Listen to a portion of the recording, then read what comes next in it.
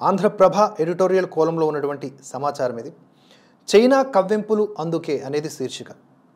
వివరణలోకి వెళ్తే, పొరుగు దేశమైన చైనా ఎన్ని విధాలుగా కవ్విస్తూ ఉన్నా మన దేశం ఓరిమిని పాటిస్తోంది. ఆసియాలోని అన్ని దేశాలను కబళించాలని లేదా తనకు అనుకూలముగా చేసుకోవాలని చైనా ఎంతో కాలంగా ప్రయత్నిస్తోంది. ఆ ప్రయత్నాలను అడ్డుకుంటున్నందుకు భారత్పై కక్ష పెంచుకుంటోంది. తాజాగా ఇప్పుడు అరుణాచల్ ప్రదేశ్లోని కొన్ని ప్రాంతాలను తమవిగా చైనా వాదిస్తోంది. ఆ ప్రాంతాలకి చైనాకి చెందిన పేర్లు పెట్టుకున్నది. పేర్లు పెట్టుకున్నంత మాత్రాన అవి చైనాకు చెందినవి అవుతాయా అని మన రక్షణ మంత్రి రాజ్నాథ్ సింగ్ ప్రశ్నకు చైనా నుంచి సమాధానం లేదు. అంతేకాదు, చైనాలోని కొన్ని ప్రాంతాలను భారత్లో కలుపుకునేందుకు వాటికి భారత్ పేర్లను పెట్టుకుంటే చైనా ఊరుకుంటుందా అని చైనాను ఆయన ప్రశ్నించారు. దీనికి సమాధానం లేదు. చైనా అధ్యక్షుడు జిన్పింగ్ తమ దేశ ప్రజలకు ఇచ్చిన వాగ్దానాలను అమలు చేయడంలో విఫలమయ్యారు. దేశ ప్రజలను నమ్మించడానికి ఏదో ఒక కొత్త విషయాన్ని తెర మీదకు తీసుకురావాలి.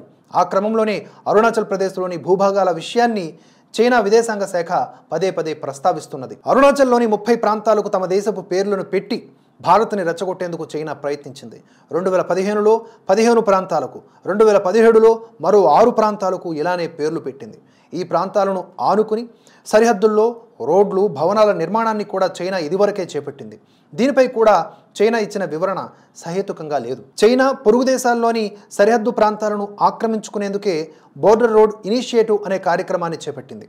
ఆ విధంగా భూటాన్, నేపాల్ తదితర దేశాల్లోని సరిహద్దు ప్రాంతాల్లో శాశ్వత కట్టడాల నిర్మాణాలకి సన్నాహాలు చేసింది. ఈ కట్టడాలను భూటాన్ వంటి దేశాలు కూడా వ్యతిరేకించాయి. సరిహద్దు ప్రాంతాల్లో మౌలిక సదుపాయాలను పెంచుతామంటూ ఆయా దేశాలను ఊరించింది. శ్రీలంకలో నౌకాశ్రయ నిర్మాణాన్ని చైనాకు చెందినటువంటి కంపెనీ చేపట్టి రుణం తిరిగి తీర్చలేదన్న మిషపై ఆ నౌకాశ్రయాన్ని సొంతం చేసుకుంది. భూటాన్, నేపాల్లలో కూడా ఇదే మాదిరిగా చైనా పాటించిన ఎత్తుగడ పారలేదు. మరోవంక ఈ పొరుగు దేశాలకు భారత్ శాశ్వత ప్రాతిపదికపై సాయాన్ని అందించి అవి సొంతంగా నిలదొక్కునేందుకు సాయపడుతోంది. దాంతో భారత్ని పొరుగు దేశాలు నమ్మకమైన మిత్రదేశంగా పరిగణించడం ప్రారంభించాయి. పాత విషయాల సంగతి అలా ఉంచి తాజాగా మాల్దీవుల విషయమే తీసుకుంటే, మాల్దీవుల అధ్యక్షునిగా మహమ్మద్ మొయిజ్జు ఎన్నికైన తరువాత ఆయనను తమ దేశానికి ఆహ్వానించి చైనా ఆర్థికంగా సహాయపడతామని హామీ ఇచ్చింది. తీరా అవసరం వచ్చేసరికి ముఖం చాటేసింది. మాల్దీవుల అధ్యక్షుడు మొయిజ్జుకు ఆ దేశ మాజీ అధ్యక్షుడు సలేహ్ భారత్తో విరోధం పెట్టుకోవద్దని సూచించారు. చైనా సహజ ధోరణి ఏమిటో తెలిసిన తరువాత మాల్దీవుల అధ్యక్షుడు మొయిజ్జు ఇప్పుడు భారత్ వైపు మళ్ళీ తిరిగారు. తమ దేశానికి గోధుమలు, ఇతర ఆహార ధాన్యాలను పంపాలని కోరగా ప్రధాని నరేంద్ర మోదీ వెంటనే స్పందించి మాల్దీవులకు కోరిన సాయాన్ని పంపించారు.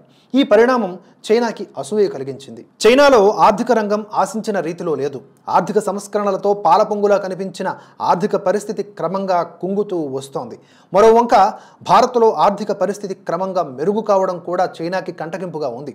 ఈ నేపథ్యంలోనే సరిహద్దు సమస్యను లేవనెత్తి భారత్తో కయ్యానికి దిగేందుకు అరుణాచల్ సమస్యను తెర మీదకు తీసుకొచ్చింది. అటు లదాఖ్ని కేంద్రపాలిత ప్రాంతంగా చేయటం వల్ల ఆ ప్రాంతంలోకి చొచ్చుకుని వచ్చేందుకు చైనా అనుసరించిన కుయుక్తులు పారలేదు. ఈ ఒక పాయింట్ మీరు అర్థం చేసుకోవాలి. లద్దాఖ్ని రాష్ట్ర హోదా కావాలని, లద్దాఖ్కి ప్రత్యేక హోదా కావాలని అక్కడ ఒక మేధావి ఈ మధ్య నిరాహార దీక్ష చేశారు, వాంగ్చుక్. సో ఇలాంటి వారి వెనక కూడా చైనా ఉండే అవకాశాలు ఉన్నాయి. సో అందుకనే లదాఖ్ కేంద్రపాలిత ప్రాంతంగా ఉండటం ఎంత అవసరమో ఇక్కడ మనకు తెలుస్తూ ఉంది. మళ్ళీ సంపాదకీయంలోకి వెళ్దాం. ప్రధాని నరేంద్ర మోదీ తీసుకుంటున్న చర్యల వల్ల ఆర్థికంగా అగ్రరాజ్యాల సరసన స్థానాన్ని సంపాదించుకునేందుకు ఒడివడిగా భారత్ దూసుకొని వెళుతున్నటువంటి ధోరణి కూడా చైనాని కలవరపరుస్తోంది.